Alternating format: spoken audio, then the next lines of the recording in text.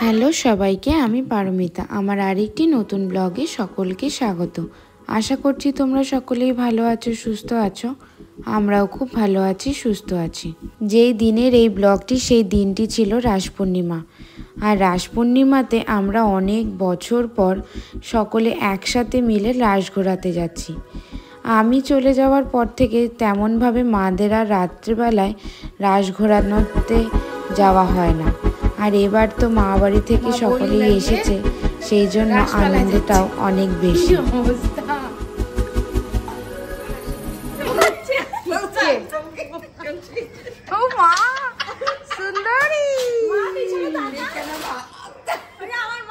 রাস ঘোরাতে যাব বলেই আমরা তাড়াতাড়ি করে ডিনারটা সেরে নিয়েছিলাম। তারপর রেডি হয়ে সবাই মিলে বেরিয়ে পড়লাম রাসচক্র ঘোরানোর জন্য। পূর্ণিমা থাকাকালীন রাস ঘোরানোর রীতিটা এখনও হয়ে এসেছে, তো এই জন্যই এত ভিড় রাস্তায়। যখন আমরা বেরিয়েছি তখন প্রায় 12টার মতন বেজে গেছে, আর আস্তে আস্তে ভিড় ততই বেড়ে যাচ্ছে।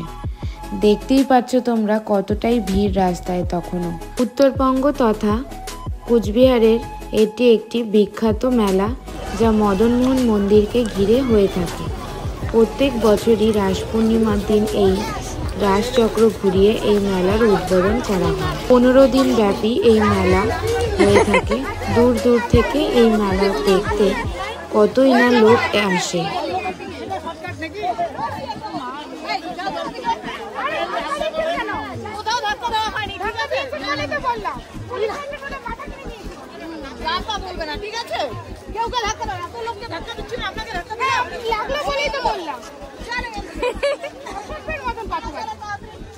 এতটাই ভিড় হয়ে গেছে যে আমি, বোন আর সিয়া আলাদা হয়ে গেছি ছেলেকে নিয়ে, আর মারা অনেক আগেই এগিয়ে গেছে মন্দির প্রাঙ্গণে।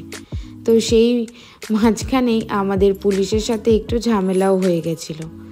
তো যাই হোক, সব কিছু পার করে আমরা মন্দির প্রাঙ্গণের দিকে এগিয়ে গেলাম, প্রবেশ করেও ফেললাম। তো সেখানে গিয়ে মাদেরকে ফোন করছি, কিন্তু ফোন করব কি, মানে ওখানে দাঁড়ানোর জায়গা পর্যন্ত ছিল না, এতটাই ভিড় ছিল। তো কোনো মতে আমরা এক জায়গায় দাঁড়িয়ে তো মাদেরকে ফোন করার চেষ্টা করছিলাম, কারণ ওম তো আর এত ভিড়ের মধ্যে পারছিল না। আর এই যে জায়গাটা দেখছো, সেখানে হচ্ছে এই রাস পূর্ণিমায় পুজো করে তারপর রাসচক্র ঘোরানো শুরু হয় ডিএম সাহেবের হাত ধরে। আর মদনমোহন মন্দিরটা এত সুন্দর করে সাজিয়ে তোলে, সে আর ভাষা নেই। এ হলো মেলার আকর্ষণ, যা সকল বাচ্চা দেখেই ভয় পেয়ে যাচ্ছে। পুতুনা রাক্ষসীকে দেখে তো ওম খুবই ভয় পেয়ে যাচ্ছিল, কারণ ও সামনে যেতেই চাইছিল না। যাই হোক, তারপর রাস ঘোরানোর জন্য ওকে আমার ছোট মামা আস্তে আস্তে করে চল চল বলে তো একটু হাতটা ছুঁয়ে এনেছে, কারণ এত ভিড়ের মধ্যে যা স্পিডে ওর রাসচক্র ঘুরছিল, তা ওই বাচ্চার ধরার একেবারেই সাধ্য ছিল না। তো যাই হোক, ছুঁয়ে নিয়েছে, এটাই যথেষ্ট। এই প্রত্যেকবারই এই সময়, মানে এই রাস পূর্ণিমার দিন তো এত ভিড় হবেই, আর পরের থেকে তো আর এরা তেমনটা ভিড় হবে না। তো পরে আমরা কখনো এসে আবার ঘুরিয়ে নেব। রাসমেলা কুচবিহারবাসীর কাছে খুবই ইমোশন। যারা বাইরে থাকে তারাই এটা আরও বেশি মিস করে থাকে। আমি তো অনেক বছর পর পূর্ণিমার দিন এসে রাসচক্র ঘোরালাম। আমি লাস্ট কবে রাসচক্র ঘুরিয়েছিলাম আমার মনে নেই। আমরা ওখানে দাঁড়িয়েছিলাম অনেকটা টাইমই।